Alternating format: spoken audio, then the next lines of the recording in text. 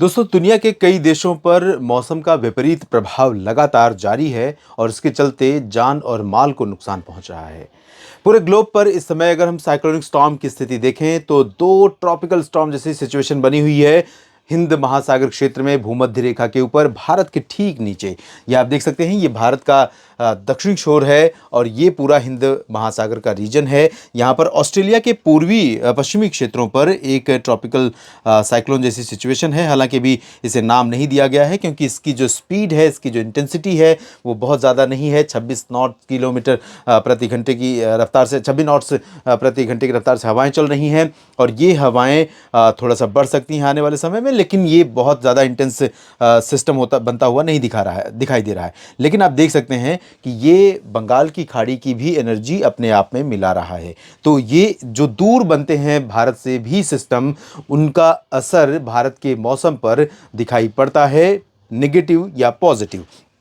इसके अलावा एक अन्य सिस्टम बना हुआ है यहाँ पर पश्चिमी अफ्रीका, जो भारत हिंद महासागर क्षेत्र के पश्चिमी भागों पर, अफ्रीका के बिल्कुल करीब मेडागास्कर के पास ये आज की सिचुएशन है और ये भी ट्रॉपिकल स्टॉर्म जैसा ही है। 30 नॉट्स की हवाएं चल रही हैं इसके प्रभाव से और ये बिल्कुल पश्चिमी दिशा में आगे बढ़ेगा मेडागास्कर के उत्तरी इलाकों से होते हुए। तो ये जाएगा अफ्रीका की तरफ और अगर एनर्जी इसकी बढ़ती है तो ये नुकसान पहुंचा सकता है। लेकिन इसका जो प्रोजेक्शन है मंडे यानी आगामी सोमवार को अब जो ये इंडिकेट कर रहा है, इसके अनुसार, इस प्रोजेक्शन के अनुसार ये यहाँ पहुँचते पहुँचते कमज़ोर हो जाएगा। 10 नॉट्स की हवाएं चलेंगी। उससे पहले इसकी इंटेंसिटी 19 नॉट्स की रहेगी। तो इस तरह से ये बहुत ज़्यादा इंटेंस स्पेल देने वाला, इंटेंस डैमेज करने वाला नहीं होगा। लेकिन आपको बता दूं कि हाल ही में हमने देखा था कि इसी तरह से पश्चिम में एक ट्रॉपिकल स्टॉर्म बना था यहाँ पर ऑस्ट्रेलिया के पूरब के क्षेत्रों में, पश्चिम के क्षेत्रों में। ये रहा ऑस्ट्रेलिया और इसके पश्चिम में यहाँ पर साइक्लोन बना था जिसका नाम रखा गया था फ्रेडी। इसके बारे में बहुत पहले ही जब ये फॉर्म हुआ था तभी मैंने जिक्र किया था और आपको बता दूं कि बहुत दिलचस्प कहानी है इस साइक्लोनिक स्टॉर्म की। इसके बारे में आपको जानना चाहिए। 4 फरवरी को ये डेवलप होता है और ये लगभग 38 दिन बाद ये साइक्लोनिक स्टॉर्म 14 मार्च को जाकर के ये ख़त्म होता है। और इसका पूरा ट्रैक अगर आप देखें तो ये रहा ट्रैक। ये कहाँ पर बना था, पहले यहाँ पर बना और ये वापस इस तरह से होते हुए और इस तरह से गया और ये इसने पूरे हिंद महासागर क्षेत्र के पूरब से लेकर पश्चिमी क्षेत्र को कवर किया।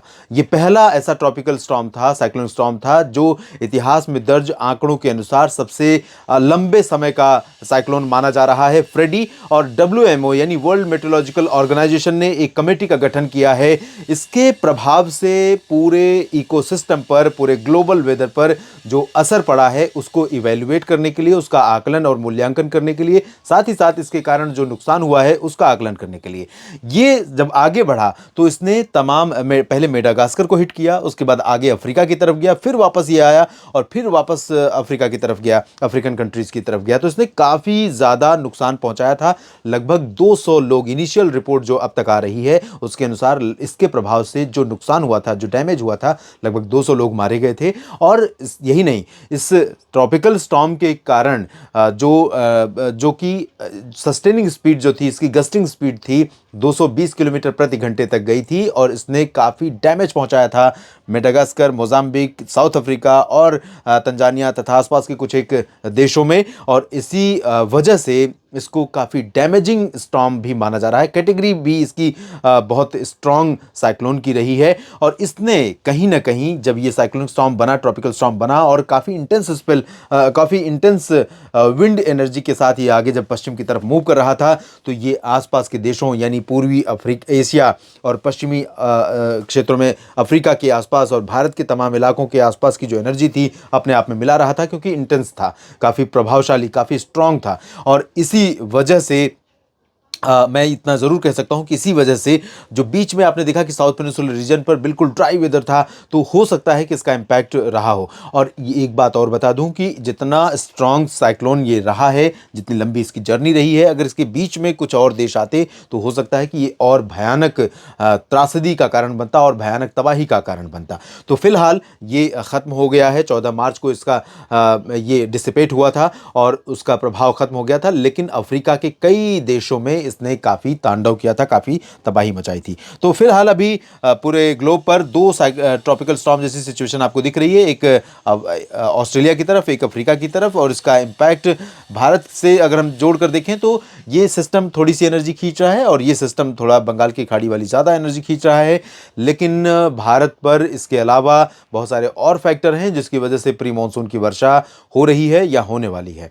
और इन दोनों सिस्टमों के अलावा हिंद महासागर के क्षेत्र को छोड़ दें तो पूरे ग्लोब पर किसी भी जगह पर कोई साइक्लोनिक स्टॉर्म नहीं है। लेकिन इससे पहले अमेरिका में एक तूफान आया था हाल ही में जिसने पश्चिमी तटों पर काफ़ी ज़्यादा तबाही मचाई थी। और इस बीच आप जानते हैं कि एल नीनो का खतरा भारत के मॉनसून पर नज़र आ रहा है। कितना होगा खतरा, कितना प्रभाव डालेगा ये भारत के मॉनसून 2023 पर, इस पर मैं ज़रूर आपको इन्फॉर्म करूंगा जल्दी ही। लेकिन अभी से अंदाज़ा लगाना, अभी से कयास लगाना, मुझे लगता है कि ये अंधेरे में तीर छोड़ने से बढ़कर कुछ नहीं है कि मॉनसून कैसा होगा, क्योंकि डेफिनेटली साइंस काम करता है। डेफिनेटली जो पूरा ग्लोब है, ग्लोब पर समुद्र की सतह का तापमान लंबे समय तक कैसा रहेगा उसका इम्पैक्ट होता है, और हमारे ऊपर एटमॉस्फेयर में किस तरह की परिस्थितियां हैं उसका असर होता है, और अन्य कंडीशंस होती हैं जो बदलती रहती हैं, जिसमें ट्रेड विंड्स है, जेट स्ट्रीम है, और भी MJO है या फिर IOD है, इन सभी का असर रहता है। लेकिन अभी से ये अनुमान लगाना कि जून से सितंबर के बीच में कैसा मॉनसून रहेगा, ये थोड़ा जल्दबाजी है। करेंगे विश्लेषण, बताएंगे आपको और डिटेल में, क्योंकि मॉनसून बहुत बड़ा कंसर्न होता है भारत के लोगों के लिए और खासतौर पर किसान भाइयों के लिए। इस वीडियो में इतना ही। मेरे साथ जुड़े रहिए, और भी जानकारियां और भी अपडेट लेकर मैं आपके साथ आता रहूंगा, आपके साथ शेयर करता रहूंगा। इस वीडियो को देखने के लिए धन्यवाद। अगर आपने अब तक चैनल को सब्सक्राइब नहीं किया तो जरूर कर लीजिए, और भी इंफॉर्मेशन आपको देता रहूंगा। और वीडियो में दी गई जानकारियां ठीक लगती हैं तो लाइक और शेयर करना बिल्कुल ना भूलें। बेल आइकन पर क्लिक कर लें ताकि मेरा हर अपडेट आप तक पहुंचता रहे। धन्यवाद।